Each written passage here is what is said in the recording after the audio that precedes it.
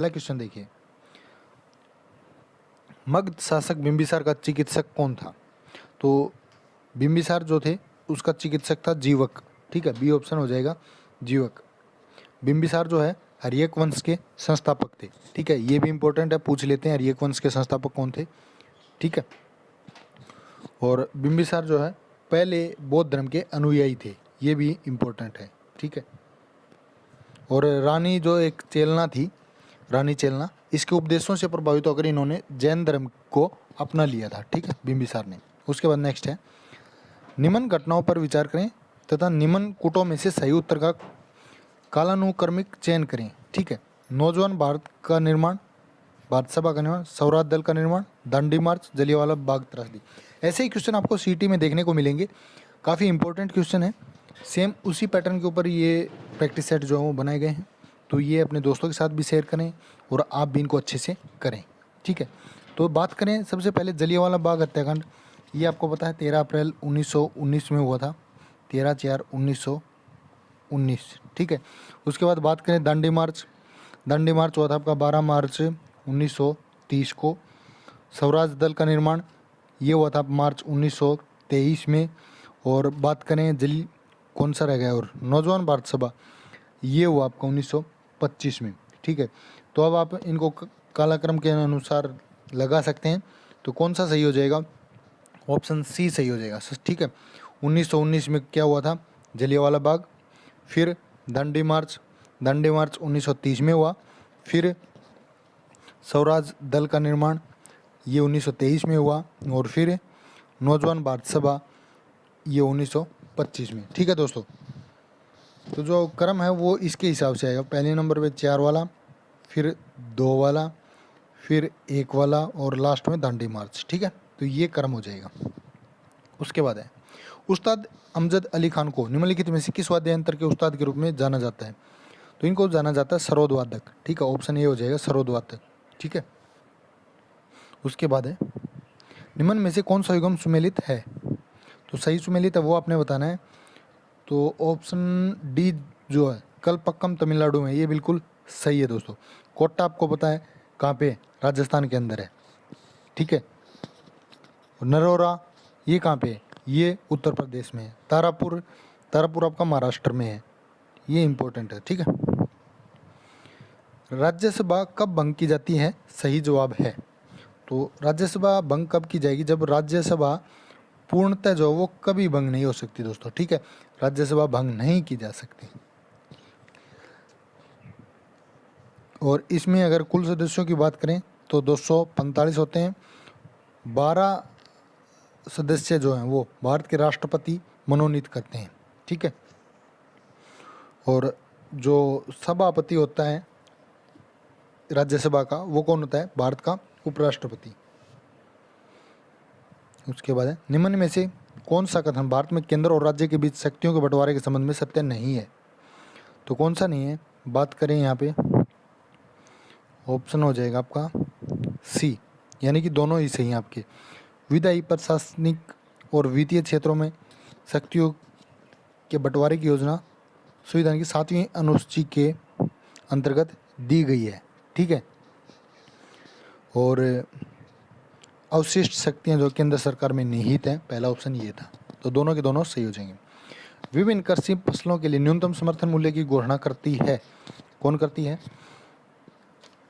भारत सरकार कृषि लागत एवं मूल्य आयोग की अनुशंसा पर, ठीक है, न्यूनतम समर्थन मूल्य का निर्धारण करती है। किसके अवधारणा पर? कृषि लागत एवं मूल्य आयोग की। तो ये ऑप्शन इनमें है ही नहीं, तो ऑप्शन डी हो जाएगा आपका, इनमें से कोई नहीं। क्या आना चाहिए था? कृषि लागत एवं मूल्य आयोग, इसके अनुशंसा पर। कुछ फर्मों वाले उद्योग को कहते हैं, कुछ जो फर्म होते हैं उनके उद्योग को, इनको बोलते हैं अल्पाधिकार। ठीक है, ऑप्शन बी हो जाएगा। तापमान और दबाव की समान परिस्थितियों में सभी गैसों के समान आयतनों में अणुओं की संख्या समान होती है। ठीक है, तो ये किसका नियम था? ये नियम था आपका एवोगाद्रो का नियम। ठीक है, उसके बाद है, रासायनिक रूप से शुष्क बर्फ कौन सी होती है? ये होती है ठोस कार्बन डाइऑक्साइड, बी ऑप्शन हो जाएगा। ठीक है, पानी का विद्युत अपघटन किस अनुपात में हाइड्रोजन और ऑक्सीजन का उत्पादन करता है? तो ये करता है आपका 2:1 के अनुपात में। ठीक है, 2 हाइड्रोजन 1 ऑक्सीजन। निम्नलिखित कूटों को सही मिलान करना, इनमें से सूची 1 को सूची 2 से, तो कौन सा हो जाएगा? सबसे पहले बात करें ऑन्कोलॉजी, जो ऑन्कोलॉजी होती है आपकी, ये आएगा कैंसर का अध्ययन, इसमें होता है कैंसर का अध्ययन। फिर है न्यूमिस्मेटिक्स, न्यूमिस्मेटिक्स बोलते हैं सिक्कों के अध्ययन को, ठीक है, किसका? सिक्कों का। ऑन्कोलॉजी जो था ये किसका था? कैंसर का। उसके बाद बात करें, एक है यूजीनिक्स, यूजीनिक्स, ठीक है, यूजीनिक्स किसके है? जैविक अवयवों की अदला बदली का अध्ययन, ठीक है, क्या बोलते हैं इसको? यूजीनिक्स। और एक है आर्निथोलॉजी, ये है पक्षियों का अध्ययन, आर्निथोलॉजी, ठीक है। तो चारों के चारों ऑप्शन आपको बता दिए हैं यहाँ पे, यूजीनिक्स का अध्ययन होगा, एक आर्निथोलॉजी, ठीक है। तो उसके बाद है निम्नलिखित में से कौन सी फॉन्ट शैली नहीं है? तो बात करें यहाँ पर सुपरस्क्रिप्ट जो है फॉन्ट शैली नहीं है, बाकी बोल्ड, इटैलिक और साधारण तीनों की तीनों फॉन्ट की एक शैली होती है। ये कंप्यूटर का क्वेश्चन दोस्तों, ठीक है। आपके कंप्यूटर में निर्मित स्थायी मेमोरी को क्या कहा जाता है? स्थायी मेमोरी होती है रोम, रोम का होता है रीड ओनली मेमोरी, ठीक है। और जो रोम है वो नॉन वोलेटाइल मेमोरी होती है, ठीक है। रोम में स्टोर डाटा कंप्यूटर बंद करने पर भी समाप्त नहीं होता, ठीक है। एक होती है रैम, रैम की फुल फॉर्म होती है रैंडम एक्सेस मेमोरी। एक है सीपीयू, कंट्रोल प्रोसेसिंग यूनिट, ठीक है, या फिर सेंट्रल प्रोसेसिंग यूनिट, इसे कंप्यूटर का दिमाग भी कहते हैं सीपीयू को, ठीक है। उसके बाद कौन सा विश्व का सबसे ऊंचा युद्ध स्थल है? युद्ध स्थल की बात की जाए तो सियाचिन ग्लेशियर सबसे ऊंचा युद्ध स्थल है, ठीक है। ये हिमालय के पूर्वी काराकोरम रेंज में भारत पाकिस्तान की एलओसी पर स्थित है, ठीक है, लाइन ऑफ कंट्रोल एलओसी। समुद्र तल से इसके शीर्ष तक ऊंचाई लगभग 18,875 फुट है दोस्तों। कितनी है? 18,875 फुट ऊपर है, ठीक है, समुद्र तल से। उसके बाद हरियाणा सामान्य ज्ञान के कुछ क्वेश्चन है, तो देख लीजिए। निम्नलिखित में से कौन हरियाणा में वल्लभगढ़ का शासक था और भारत के स्वतंत्रता संग्राम में सक्रिय रूप से शामिल है? वल्लभगढ़ की जब भी बात आ जाती है तो राजा नाहर सिंह के ऊपर आप क्लिक कर दें, टिक कर दें, ऑप्शन फिल कर दें, ठीक है, तो ये ऑप्शन हो जाएगा। हरियाणा राज्य का गठन हुआ, ये क्वेश्चन तो काफ़ी इजी दे दिया इन्होंने, ये आ जाए 1 नवंबर 1966। ब्रिटिश औपनिवेशिक काल के दौरान हरियाणा को किस प्रांत के हिस्से के रूप में प्रशासित किया गया था? ब्रिटिश के टाइम की बात है तो उस समय था पंजाब के अधीन, ठीक है, ये ऑप्शन हो जाएगा।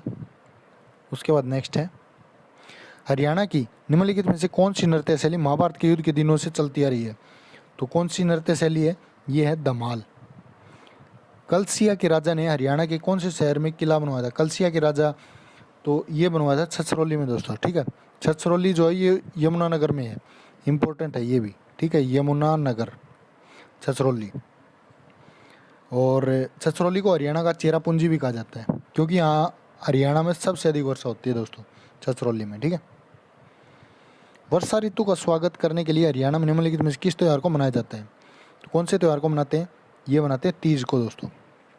प्राचीन गोमंत स्मारक हरियाणा में कहाँ स्थित है? ये आपका हिसार के अंदर।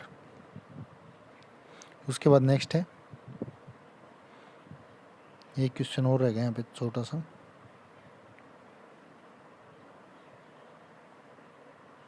उसके बाद है, हरियाणा राज्य में कुल 4 अलग अलग पाई जाती हैं, क्या पाई जाती हैं? 4 अलग अलग भौगोलिक विशेषताएं पाई जाती हैं, ठीक है दोस्तों। एक तो यमुना घग्गर मैदान है, दूसरा है हिमालय की तलहटी में उत्तर पूर्व में शिवालिक पहाड़ियाँ, तीसरा है दक्षिण पश्चिम में अर्ध रेगिस्तानी सूखा रेतीला मैदान, और चौथा है दक्षिण में अरावली पर्वतमाला। 4 भौगोलिक स्थितियाँ, ठीक है। उसके बाद संत गरीबदास हरियाणा के किस जिले से संबंधित है? ये हैं झज्जर से दोस्तों, ठीक है। और इनका जन्म 1774 में हुआ था दोस्तों, ये भी इम्पोर्टेंट है। उस समय रोहतक जिला था और झज्जर तहसील थी, ठीक है। नेक्स्ट देखिए, गुरुग्राम को किससे जोड़ने वाला रेल मार्ग हरियाणा के सबसे पुराने और सबसे बड़े जंक्शनों में से एक है? तो ये है रेवाड़ी, ठीक है दोस्तों, रेवाड़ी। बड़खल झील आपकी कहाँ पे है? फरीदाबाद में। हरियाणा में खालिस्तान भिवानी जिले का विधानसभा क्षेत्र है। भिवानी जिले का विधानसभा क्षेत्र इनमें से कौन सा हो जाएगा? इस क्वेश्चन का आंसर आप देंगे, आपके लिए ऑप्शन है लोहारू, बलरामगढ़, कैथल, लाडवा। इस क्वेश्चन का आंसर आप कमेंट करके ज़रूर बताएं हमें। जो कमेंट करेगा तभी हमें पता लगेगा कि आप पढ़ रहे हैं, ठीक है। उसके बाद पंजाब और हरियाणा उच्च न्यायालय के प्रथम मुख्य न्यायाधीश कौन थे? तो कौन थे? रामलाल, ठीक है। ऑप्शन बिना ही बता देना चाहिए आपने, ये थे रामलाल। उसके बाद नेक्स्ट है, चंडीगढ़ किसके द्वारा शासित है? चंडीगढ़ जो है ये क्वेश्चन किसके द्वारा शासित है? केंद्रीय सरकार के द्वारा, ठीक है। एक केंद्र शासित प्रदेश के रूप में चंडीगढ़ को सीधे भारत सरकार द्वारा शासित किया जाता है और ये किसी भी राज्य का हिस्सा नहीं है। हरियाणा में खरीफ की प्रमुख फसल कौन सी है? खरीफ की प्रमुख फसल की बात की जाए तो ये आपकी खरीफ की पूछा है इन्होंने, इन ऑप्शन के हिसाब से है मूंगफली। निम्न में से कौन सी मिट्टी हरियाणा में नहीं पाई जाती? हरियाणा में नहीं पाई जाती काली मिट्टी दोस्तों, ठीक है। पर्वत की मिट्टी, कच्छार की मिट्टी, लाल मिट्टी। तो काली मिट्टी हरियाणा में नहीं पाई जाती, जबकि विकल्प में दी गई अन्य सभी मिट्टी इस राज्य में पाई जाती है। लोहारू उत्थान सिंचाई परियोजना नहर किस प्रसिद्ध व्यक्ति के नाम पर रखी गई है? ये रखी गई है इंदिरा गांधी के नाम पे, ठीक है। बी ऑप्शन हो जाएगा। हरियाणा सरकार द्वारा बहन सन्नो देवी पंचायती राज पुरस्कार किसके लिए दृष्टांतकारी कार्य करने वाली महिला पंचायत नेताओं को दिया जाता है? ये दिया जाता है, देखिए, महिला सशक्तिकरण, महिला साक्षरता, स्वास्थ्य और पोषण, उक्त सभी हो जाएगा। प्रथम मीटर गेज व्यावसायिक रेल कहाँ से कहाँ तक चली? ये चली थी दिल्ली से रेवाड़ी दोस्तों। कब चली थी? 1873 में। इम्पोर्टेंट है, ठीक है। और कितने किलोमीटर चली थी? 84 किलोमीटर। उसके बाद नेक्स्ट है, धारुएड़ा औद्योगिक क्षेत्र किस राष्ट्रीय राजमार्ग पर स्थित है? ये आपका दिल्ली जयपुर, ऑप्शन ए हो जाएगा। किस वर्ष में हरियाणा के सुल्तानपुर राष्ट्रीय उद्यान को राष्ट्रीय उद्यान का दर्जा मिला? ये मिला था 5 जुलाई 1991 को। बी ऑप्शन हो जाएगा दोस्तों, ठीक है। 5 जुलाई 1991 को। और कहाँ पे है ये? गुरुग्राम में है, ये भी याद रखना है। उसके बाद नेक्स्ट है, निम्न में से कौन सा हरियाणा का 22वां जिला? तो 22वां जिला बना आपका चरखी दादरी, ठीक है। इंपॉर्टेंट है, कब बना था? 2016 में मिला था। 18/10/2016 को तो कैबिनेट ने पास किया था और 4/12/2016 को केंद्र सरकार ने इसको स्वीकृति दे दी थी। हरियाणा साहित्य अकादमी की प्रमुख पत्रिका कौन सी है? हरिगंधा, सी ऑप्शन हो जाएगा, ठीक है। इससे संबंधित कई क्वेश्चन पूछे जाते हैं। इसके जो संपादक हैं वो कौन है हरिगंधा के? वो हैं धीर खंडेलवाल, ठीक है। इम्पोर्टेंट है। और इसका जो प्रकाशित करती अकादमी वो कौन सी है? पंचकुला, वहाँ से ये प्रकाशित होती है। हरियाणा से संबंध रखने वाली निम्न में से दिल्ली खेल विश्वविद्यालय की कुलपति कौन है? ये ऑप्शन हो जाएगा कर्णम मल्लेश्वरी। निम्न में से हरियाणा राज्य के संबंध में कौन सा गलत है? गलत इसमें बताना है। बाजे भगत हरियाणा के थे, बिल्कुल सही है। जनरल वीके सिंह का जन्म हरियाणा में हुआ, ये भी सही है। गुलाब चंद कटारिया हरियाणा के हैं, ये गलत है। अरविंद केजरीवाल हरियाणा के हैं, ये सही है, ठीक है। तो गुलाब चंद कटारिया जो है वो राजस्थान से है दोस्तों, ठीक है, हरियाणा से नहीं है। उसके बाद गणित और जो रीजनिंग है वो आप खुद से कर लें। इसकी पीडीएफ आपको दे दी जाएगी, टेलीग्राम ग्रुप पे ज्वाइन कर लें। जिसने भी ज्वाइन नहीं किया है वो जल्दी से ज्वाइन करके इन पीडीएफ को देख ले और मैथ और रीजनिंग सोल्व कर ले। उसके बाद यहाँ पे हिंदी का पैराग्राफ आपने ये पढ़ना है, ये पढ़ के ही आपने उत्तर देने हैं। तो यहाँ पे देखिए, उपयुक्त गद्यांश में लेखक क्या कहना चाहते हैं? ये गद्यांश पढ़ के आप उत्तर देंगे तो आपको पता लग जाएगा कि क्या कहना चाहते हैं। तो मैंने पढ़ लिया है, मैं इसके आंसर आपको दे देता हूँ। तो ये आएगा, लोग काम करें, ठीक है। उसके बाद उपयुक्त गद्यांश के अनुसार किसी भी स्थिति को बदलने के लिए कैसे लोगों की ज़रूरत होती है? ये होती है जिनके दिल में लगन होती है। उसके बाद नेक्स्ट है, अंग्रेजी पढ़े लिखे ही अच्छे प्रयोग कर सकते हैं, इस वाक्य में क्या ध्वनित होता है? क्या होता है कि भाषिक पूर्वाग्रहों से ग्रसित है, सी ऑप्शन हो जाएगा, ठीक है। संज्ञा से निर्मित विशेषण कौन सा है? संज्ञा से निर्मित है दैनिक। मानव मात्र को गीता के महात्म्य से परिचित कराना अनिवार्य है, रेखांकन शब्द को शुद्ध कीजिए। तो ये हो जाएगा, मानव मात्र को गीता के महात्म्य के परिचित होना अनिवार्य है। जो शब्द है इसमें महात्म्य शब्द प्रयुक्त होगा, ठीक है। क्या होगा? महात्म्य। कैसे लिखेंगे?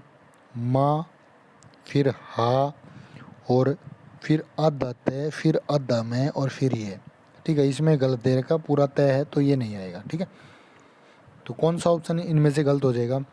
बी ऑप्शन हो जाएगा, ये सही आएगा। ठीक है, हाथी शब्द का बहुवचन, हाथी का बहुवचन क्या हो जाएगा? हाथी रहेगा। ठीक है, आहा तुम्हें पाकर कितना आनंद आ रहा है, इस वाक्य में उचित विराम चिन्ह कौन सा होगा? यह होगा ऑप्शन डी, विषमयादि बोधक। आत्म त्याग शब्द में कौन सा उपसर्ग है? आत्म त्याग, तो इसमें हो जाएगा आपका ऑप्शन डी, आत्म। दिगंबर शब्द का सही संधि विच्छेद कौन सा हो जाएगा? दिगंबर का हो जाएगा दिक जमा अंबर। जो सेवा करे सो मेवा पावे, यह किस प्रकार का वाक्य है? ये हो जाएगा आपका संकेतवाचक। ठीक है, डी ऑप्शन। अदरक का तद्भव क्या है? ये हो जाएगा सी, अदरक।